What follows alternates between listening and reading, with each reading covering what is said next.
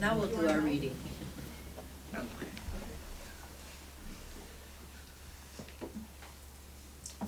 Receiving. Ask and it shall be given.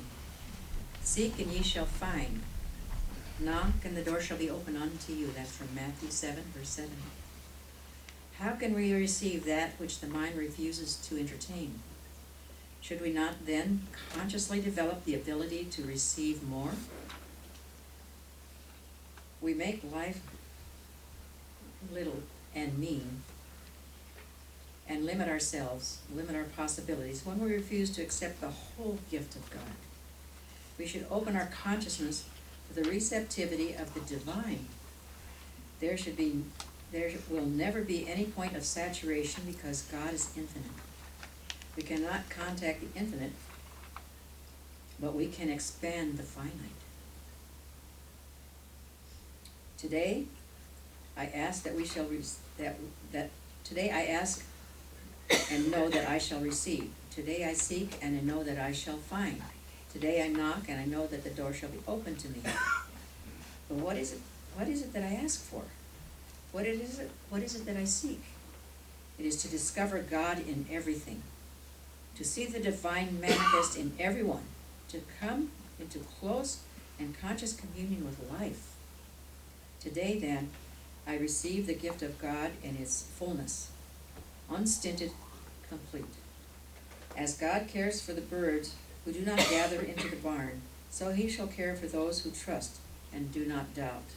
And that's from the Science of Mind, page 432. And so today, we are receiving a beautiful gift. This gift left East Germany in 1956. And you remember what East Germany was like in 1956. She left. I remember. She risked her life because people were being shot for doing that. She came to the United States in 1960. She received her PhD in 1975.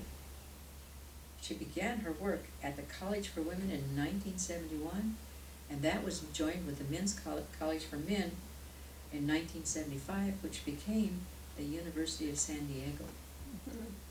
She's got a lot of experience. She's got a lot of knowledge, and she's going to share it with us today. Praising our spiritual feast of plenty. Please help me welcome Reverend Brigitte Heimers.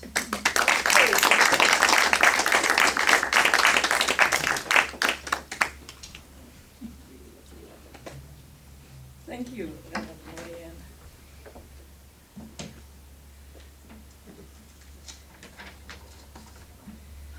So, praising our spiritual feast of plenty.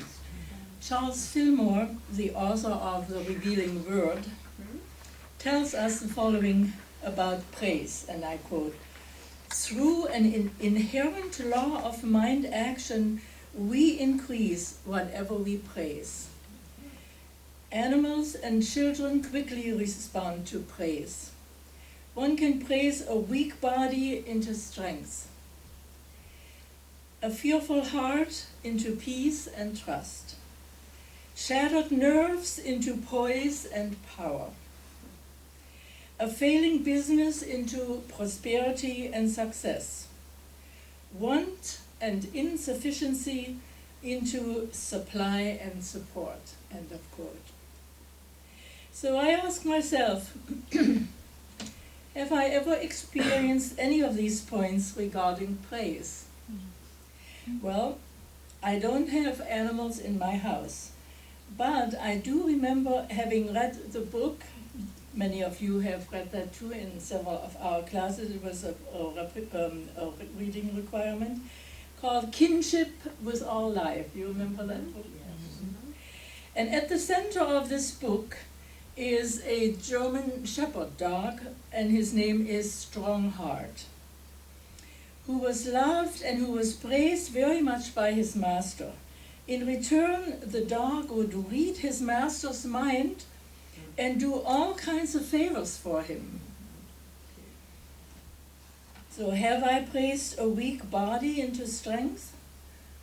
Yes, I have done this. This past summer, as some of you know, I was in Germany and also in Switzerland I was on a hike with my relatives in Switzerland along the Aare River. And the landscape was breathtaking, but after several hours, my body got tired. So I started praising it, and I believe this activity helped me getting back on the train on my way home. So then praise a fearful heart into peace and trust. Yes, I remember some childhood experiences when in those days, bombs were falling on my city and the house was shaking.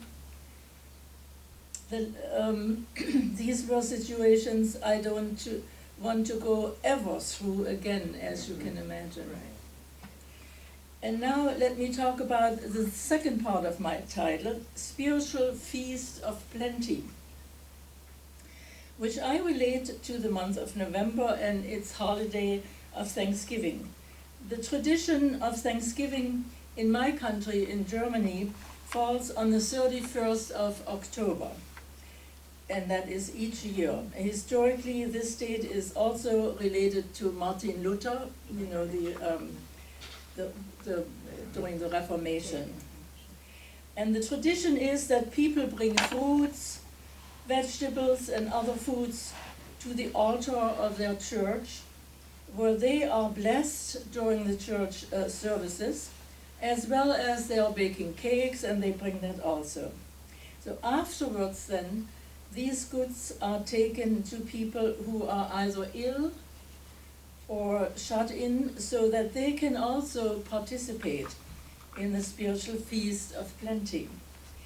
Before we start our meal, we bless the food and give thanks, just as it is done in this country also. Accepting God's harvest through Thanksgiving reminds us that we are all in the harvesting business, aren't we? And here's the challenge I want to raise this morning. Is our activity really in alignment with God as we consume our feast of plenty? That is my question. I'm sure we all want our feast of plenty to include an overflow of God's joy, of God's love, God's prosperity, confidence, inner peace. Most of the time we can gather an arrangement of all of the above into our everyday life. Yet sometimes the harvest might be, quote, slim pickings. For instance, joy cannot flourish when it is entangled in weeds such as worry. Vines of fear will slowly choke love. The question then is this: what have we been growing emotionally and spiritually? If our harvest does not match our desires, what do we need to change? Why do we keep attitudes, possessions, careers, relationships that we don't really like, instead of going after what we do like and want? So cleaning our gardens mentally and spiritually is like self-purification process of sorting out and discarding what we no longer want or what we no longer need. The result will be amazing. Our lives are less confusing, less cluttered. We have more time for prayer, more time for meditation and channeling. It's like taking a weed whacker into our spiritual garden and removing everything that we do not want to be part of our feast of plenty. We will find more opportunities to praise not only our spiritual feast of plenty, but also enjoy the food on our table each day, each and every day. And let's not forget, a little bit of fertilizer goes a long way as well. I was always puzzled by the verse in the Gospel of John, where Jesus says, quote, "Do you not say that after 4 months more, then comes the harvest? Behold, I say to you, lift up your eyes and look at the fields, which have turned white and have long been ready for the harvest." That's from John 4, verse 35. I don't know what this verse means to you, but it makes me realize that you and I are like fields. Fields with the potential for unlimited harvest, to create our feast of plenty. You and I have all the divine love, health, prosperity, and wisdom from God that we could possibly want. We have our own connection, our I am self or Christ self, as we teach here at the teaching. It's all there inside of us, just waiting to be expressed. We're like fields that have not reached their potential, not because we can't do it, but because we have not called upon our inner resources to create such potential. Perhaps we haven't created a consistent demand for the planting only the weeds we want to grow, only the seeds we want to grow, and we haven't applied the fertilizer to all our gratitude. So we need to think about that. The key is reaping a bigger harvest after making room for our good to grow, is to fertilize with gratitude, to praise our feast of plenty on all levels of our being. So gratitude is the energy that keeps us focused on God, on our goal, to have a wonderful feast of plenty. Do we want more prosperity?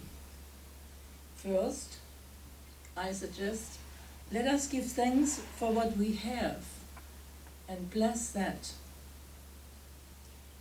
Let us start noticing every compliment we get, every kindness sent our way, every door held open for us, every thank you we receive.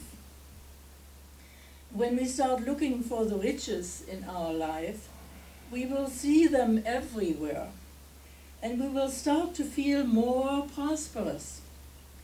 Chances are that when we feel more prosperous, we will start to act more prosperous. We will hold more doors open for others.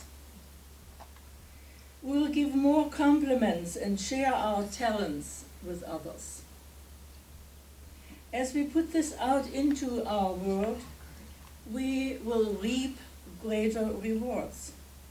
Perhaps a new opportunity opens over here because we were willing to share our talent over there. So here and there reminds me of the people who believe that the grass is always greener over there.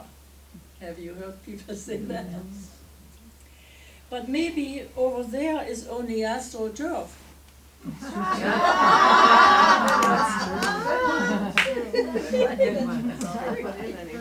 There are many today who describe themselves as spiritual seekers. This is all very good. However, at some point, I believe a spiritual seeker needs to become a spiritual finder. So if there is to be any depth of all to a person's spiritual practice. So I do want to emphasize, I'm all for exploring one's faith and spirituality. Some of us need more time added than others, but unless our seeking leads to discovery and deeper understanding, it leaves us at what I call the surface level of spirituality. In my way of thinking, the difference between surface spirituality and depth of spiritual practice is like the difference between trying to discover the United States of America by only staying on the major interstate highways versus traveling on the side roads through the small towns that make up most of our country here. Which way gives us the greater depth of understanding and experience? The side roads may take longer and be more difficult, but they are full of discovery. They are full of character and diversity.